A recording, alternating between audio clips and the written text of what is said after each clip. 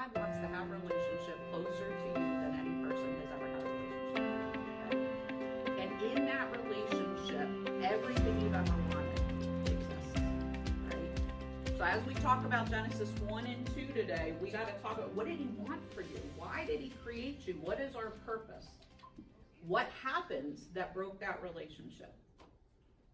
But in order for you to have a relationship with God, not do a bunch of activities that perform to say, I'm going to buy God's love, but actually have a relationship, you must do one thing that is really important.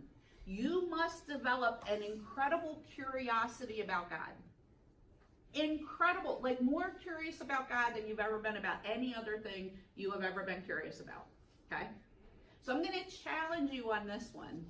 And that challenge is this. Think about a person in your life. I mean, it just may be, it might have been a childhood crush that you had. It may have been an adult relationship. It might have been a child that you love. I don't really care what it is. Think about a time where you were like, I absolutely am crazy in love with this person. Okay? And I want you to think about when you were in that state of love. What did you do? What did that drive your behavior to? And I'm going to use an example, and my poor husband gets used for everything. But I actually think the world of him, so it's never really bad. But, so I had my first husband, some of you know part of my journey.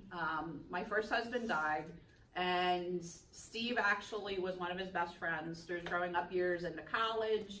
And so we were reintroduced. I mean, we had met before, but we're reintroduced at Bob's service, my first husband's service.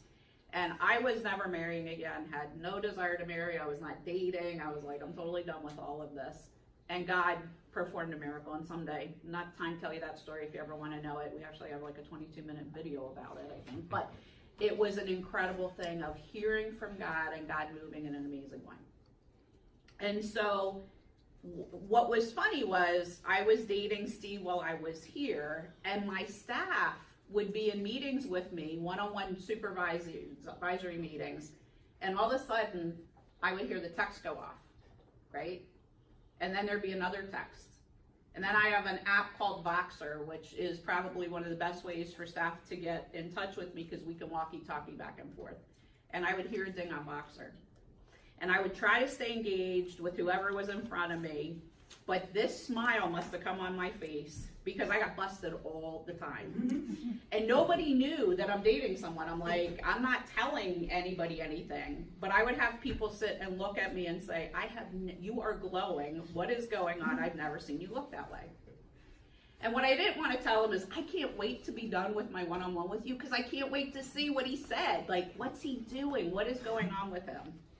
And so I was a train wreck mess for a while, like just dying to know, where is he? What's he gonna say? You know the excitement that comes? And you're so going, I just wanna know more. I can't wait for the next date where we go have coffee and I know more. I hungered to know as much as there possibly was to know about him, okay? Guys, in a Christian journey, what nobody ever told me was that relationship with God all the time is possible, okay? So if you really want to be fulfilled in the Christian life,